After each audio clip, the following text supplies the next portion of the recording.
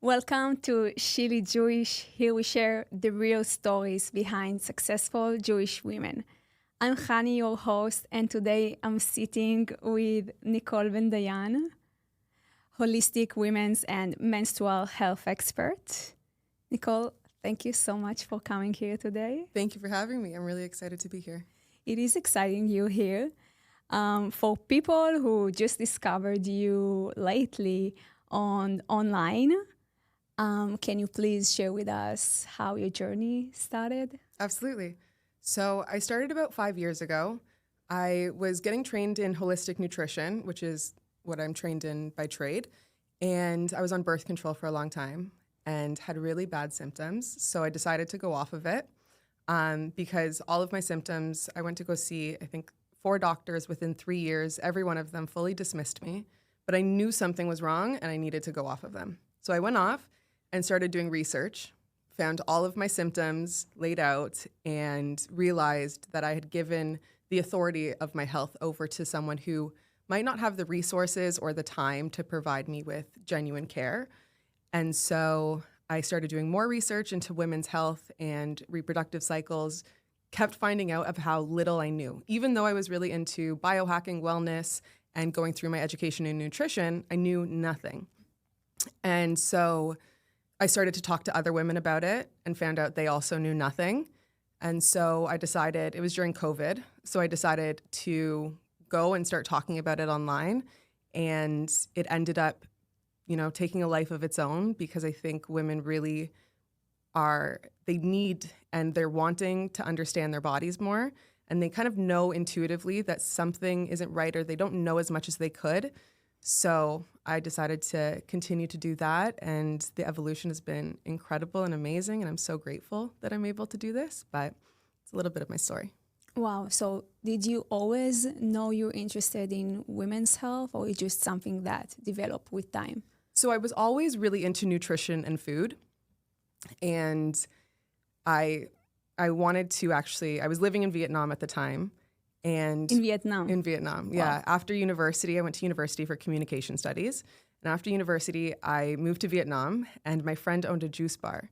And so I asked him if I could sell some of my products at his juice bar, because I was just making things at home, but they were so good. So I was like, I just want to know if they're as good as I think they are.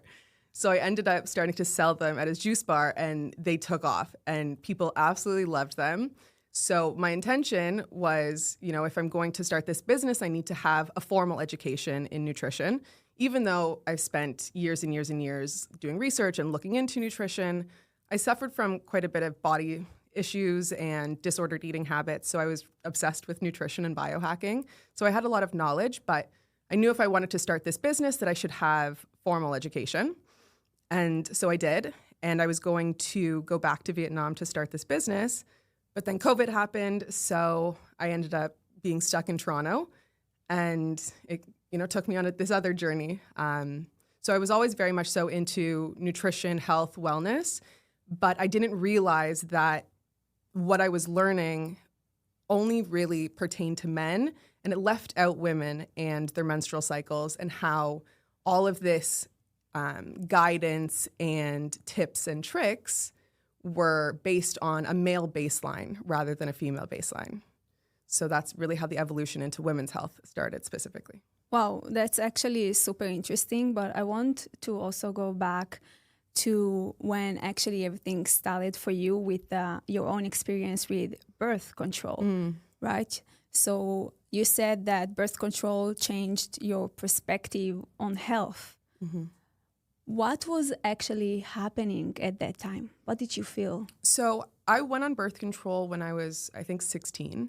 16. And the first few years, I was totally fine, didn't really have any symptoms, and everything was good.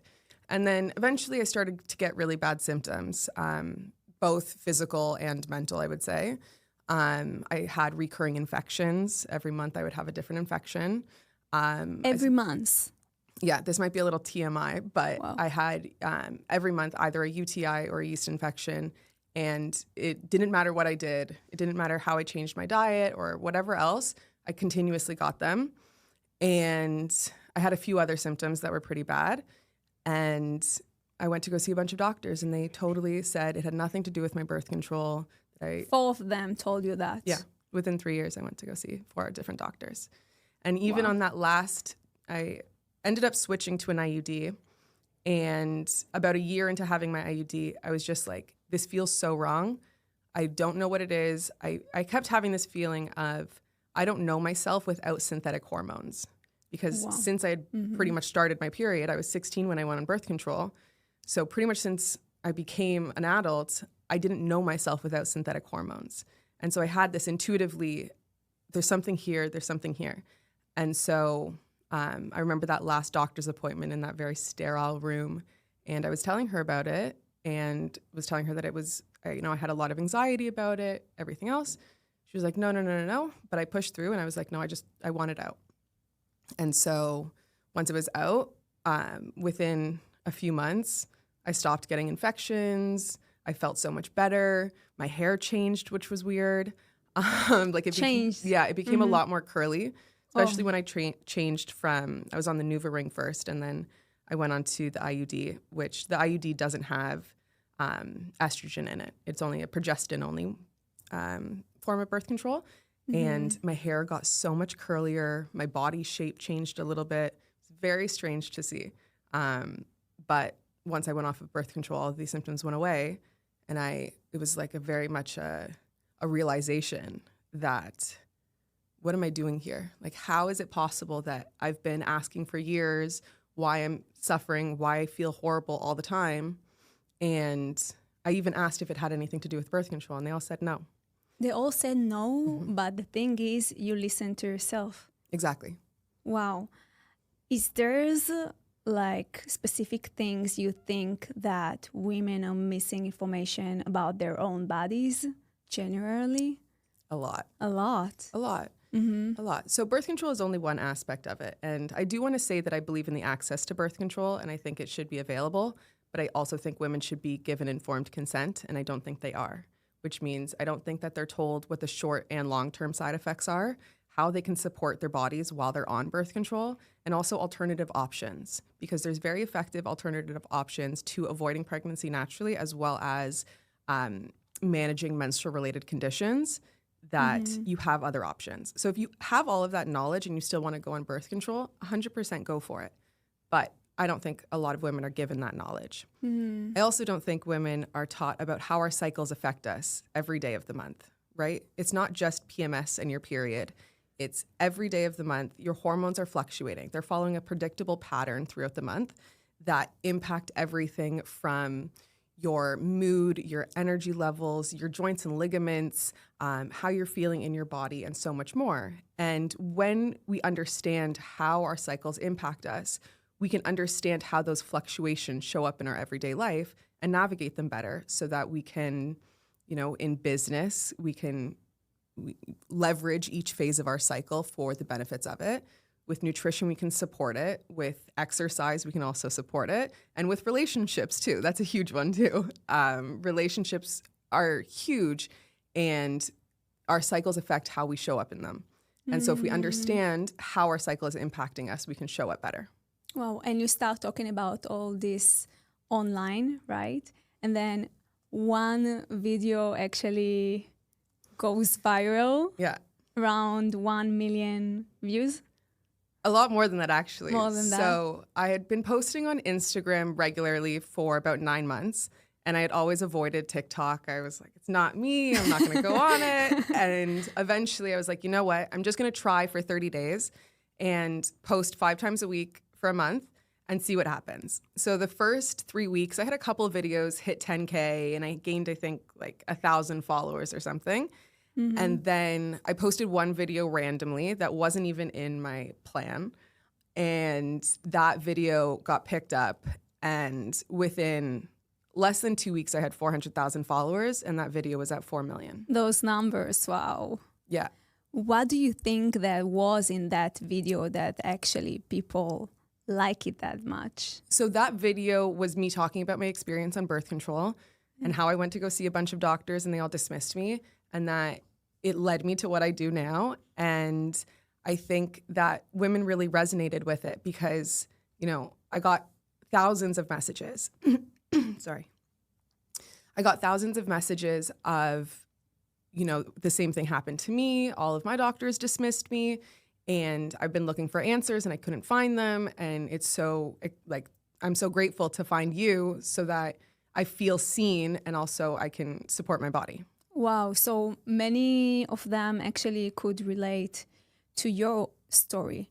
Why do you think that is, like, that women disconnected from their hormones and cycles? I think just as a society, so women were only required to be included in medical studies in the US since 1993. And a big reason why a lot of women aren't included in medical studies still to this day is because our hormonal fluctuations cause too many variables that it obviously is more expensive. They have to, figure out a lot more when you're relating to the hormones. So it's easier to kind of just say we're small men. But that's not how we work.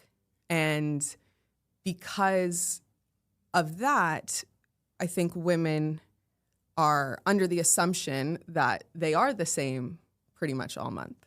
And they don't have to really figure this out, which isn't true. And now the conversation is getting bigger. Now there's a lot more conversation around the cycle. There's a lot more research being done. Still a lot more needs to be done.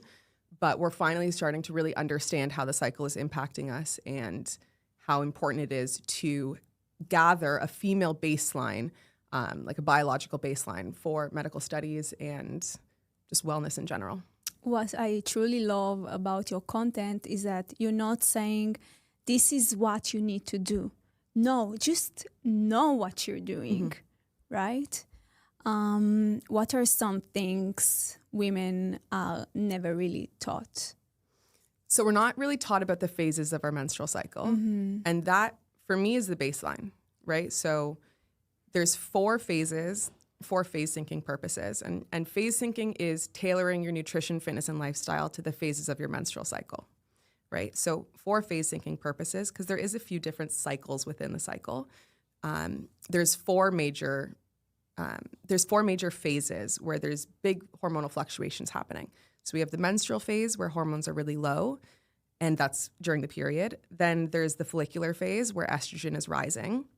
Then there's the ovulatory phase, which for phase syncing purposes is the few days before and after ovulation. And this is the peak event in your cycle. There's a lot of hormonal fluctuations happening in here, and this is when ovulation occurs. And then after ovulation is your luteal phase, and this is where progesterone is the dominant hormone. And then if you don't get pregnant, you start that cycle again. And these hormones, especially estrogen and progesterone, impact us in ways that a lot of women don't understand. So it impacts our brains, what regions of the brain that we're using, the gray matter in certain regions of the brain, our neurotransmitters like serotonin, your happy neurotransmitter, dopamine, which is your motivation transmitter, and GABA, which is more of like a relaxatory one. And when you see the patterns and you start to understand the patterns, you can start to find those parallels in your life. And just that knowledge alone is life-changing, right? Because for me, at least, I spent a long time, I guess before I was on birth control, not knowing how these fluctuations impacted me. So I would feel really irritable or have mood swings, and then I would get mad at my family and I would freak out. And then 2 weeks later, I'm feeling fine. And this change and me not understanding it felt like I was on a roller coaster and I didn't know what was going on. So I stopped trusting myself. Oh, wow. Right? When you're fine one day and you're irritable and screaming the next day, it's like, what's going on with exactly. me? How do I control myself? I don't understand how to control myself. Yeah. And when you realize that it's not about control, it's about living in flow, then that changes everything, because you can give yourself more understanding and grace, but you can also help mitigate a lot of the issues that are happening. And I think that that's a really beautiful thing. And for women, it just starts with understanding your patterns.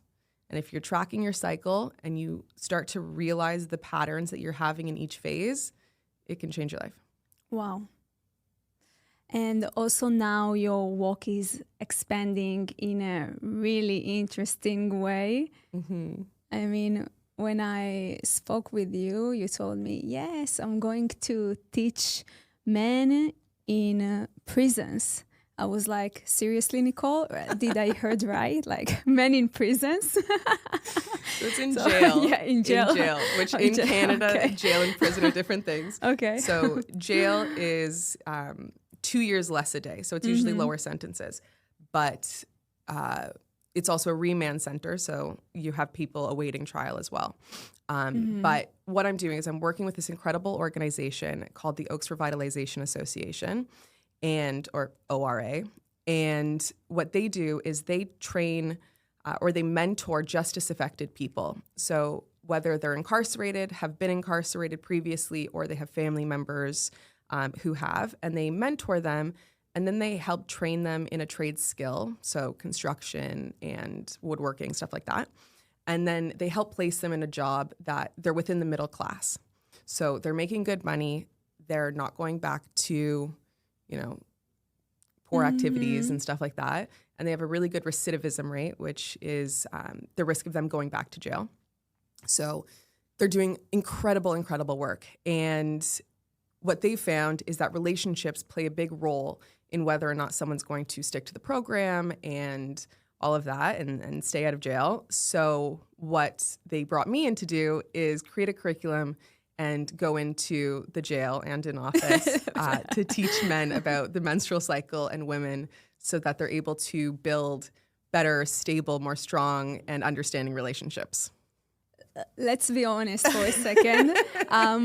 What was your first reaction when they asked you to do that? Oh, I was so excited. I was so excited. I thought it is exciting. It's just already I knew them because they know my sister and we were introduced a few times. And then when we started getting to know each other, I started learning more about the organization. And I thought just the organization alone was so important, so incredible. They're doing amazing work. And when they started talking to me about maybe doing a program, I was over the moon. I was so excited because I think that there is a way to make such incredible impact and to really change people's lives. And I think this is just a really cool way to do it. Yeah, and I believe that also most of those people don't have exactly a role model, right? Or someone they could look up for. So you're coming there and just teach them. That's incredible. And do you feel like men in general want to understand women better? Honestly, it was funny because I haven't done the program in jail yet, but I've gone a few times to meet the guys and the clients to talk with them and just introduce myself. And they were actually, a few of them were very excited about this. And they're really looking forward to it because I think, stable relationships are such a vital aspect of somebody's life. And they take work, right? It's not just that you meet someone and everything is sunshine and rainbows. They take work. And part of that work is a better understanding of the other person. So if I'm able to come in and give these men a little bit of a better understanding of women, then I think that is amazing. And the reality is a lot of women don't even know a lot of this knowledge, right? So we definitely have to teach a lot more women. But the fact that I'm able to teach men is really, really interesting because they seem very excited about it. And I think it'll be cool. Yeah. Wow. Good luck with that. Thank you. Sounds amazing. So another thing that really changed your platform was October 7, right? Yes. You were living in Spain at that time. Yeah. I was living in Spain at that time and I was very isolated. I didn't have much of a community, had definitely zero Jewish community there. And I saw a lot of my friends and people that I knew standing up and volunteering and doing whatever they could and donating and, again, whatever they could to support Israel and support the victims of October 7th and speak up for the hostages. And I felt very helpless. And so I started talking about it online. And I was naive also. I was very naive thinking that I built this platform of progressive, understanding women who would understand that a massacre of anybody is just unacceptable. And then when I saw the world respond in celebration, it was like all of the things that my grandparents would tell me that I just kind of brushed off. Like, no, anti-Semitism is not really a thing anymore. You know, this is the 21st century. We're good. That was a very big realization that, you know, there is a lot of anti-Semitism out there. And when I started talking about it online, I got flooded with a lot of horrific messages. Obviously, I lost a lot of followers, and it was pretty intense. But at the same time, it was a way to do something. And if me using this platform that Hashem gave me was a way that I could do something, make people feel supported and understood, also help educate and be part of, you know, outside of the echo chamber.